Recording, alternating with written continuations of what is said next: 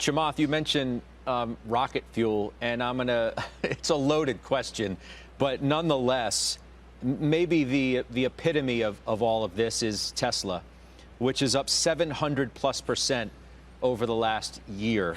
I think you're still a shareholder, right? Have you sold any shares? What do you make of that in and of itself? 700% in a year?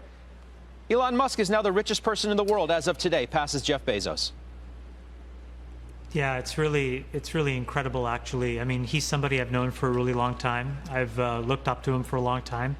And here's what I would say, that he built a great car company, and somewhere along the way, you know, about 5 or 6 years ago, what I thought he was building was an energy company, and that eventually people would realize that climate change actually mattered.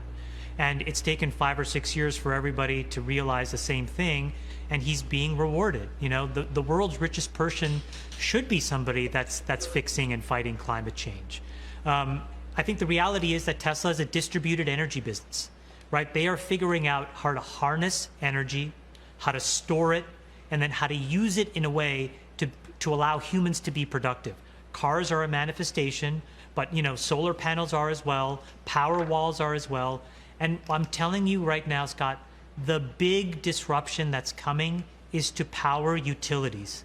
There are trillions of dollars of bonds, of capex, of value sitting inside the energy generation infrastructure of the world that is going to go upside down.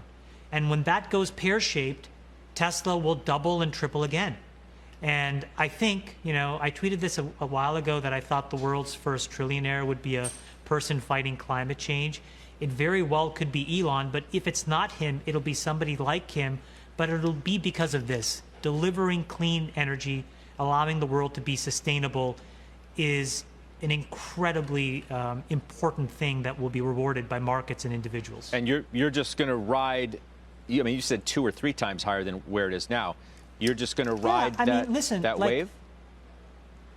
Scott, I don't understand why people are so focused on selling things that work. Let's just, you know, I'll make up a number. Let's just say I owned $1 billion of Tesla stock.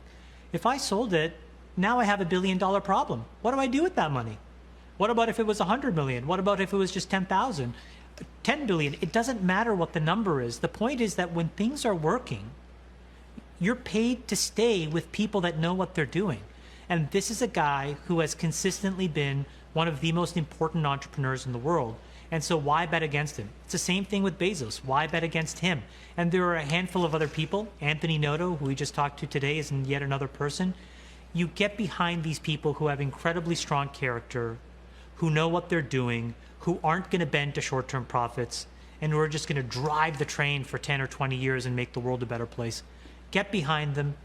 You know, the best way to summarize this, by the way, is a friend of ours who we mentioned earlier, Bill Gurley, has this great phrase: when the music's on, you got to dance. And so these guys are dancing. They are in rhythm. They're in flow. Let them do their thing. Get behind them. Don't sell a share. Just let them create value.